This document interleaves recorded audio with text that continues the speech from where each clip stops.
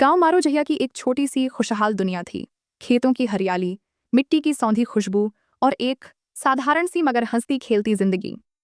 इस छोटे से गांव में रामलाल जी अपनी पत्नी सुनीता और 6 संतानें, 4 बेटियां और 2 बेटों के साथ रहते थे। सबसे बड़ी बेटी लक्ष्मीना थी, फिर ज्योति, अंशु, अनीता, रोहित और सबसे छोटा 4 साल का चीकू। लक्ष्मीना न सिर्फ बड़ी बहन थी बल्कि माँ की दाहिनी हाथ भी थी। घर के छोटे बड़े कामों में वह अपनी माँ का सहारा थी। सुनीता देवी को अपनी बेटी पर गर्व था, लेकिन मन ही मन उसे यह भी पता था कि एक दिन उसे अपने ससुराल जाना होगा। लक्ष्मीना की शादी दादाजी की तबीयत लगातार बिगड़ रही थी। उन्होंने एक दिन घर वालों से कहा, अब ज्यादा दिन नहीं बचे हैं, मैं अपनी पोती की शादी देखना चाहता हूँ।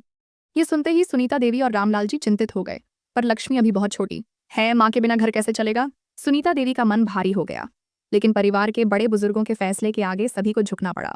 जल्दी ही रिश्ता तय हुआ और लक्ष्मीना की शादी कर दी गई। जिस घर में हर सुबह उसकी हंसी गूंजती थी, वहां अब एक अजीब सा खालीपन आ गया था।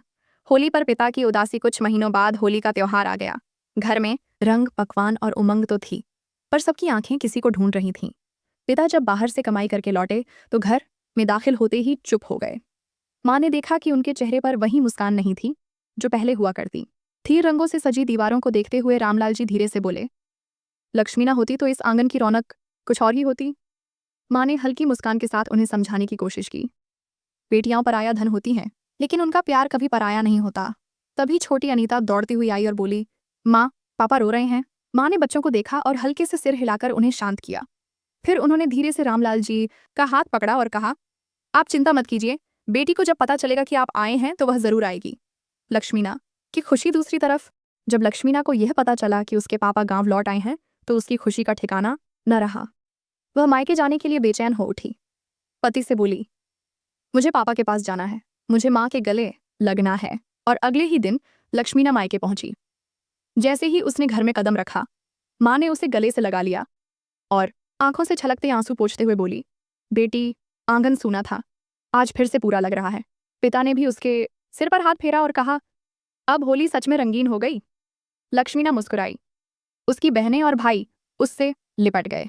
त्योहार अब सच में पूरा हो गया था। सीख बेटियां पराया धन जरूर होती हैं, लेकिन उनका प्यार और अपनापन कभी पराया नहीं होता। वे जहां भी जाए, उनका दिल हमेशा अपने मायके में बसता है। माँ बाप का घर तभी घर कहलाता है जब उसमें अपनों का प्यार और अपनापन बना रहे। घर की लक्ष्मी जब विदा होती है तब घर खाली नहीं होता, लेकिन अधूरा जरूर लगने लगता है। और ये कहानी आपको कैसी लगी ये हमें कमेंट करके बताएं। और आप भी अपनी मम्मी पापा से प्यार करते हैं तो हमें कमेंट में बताएं कितना प्यार करते हैं।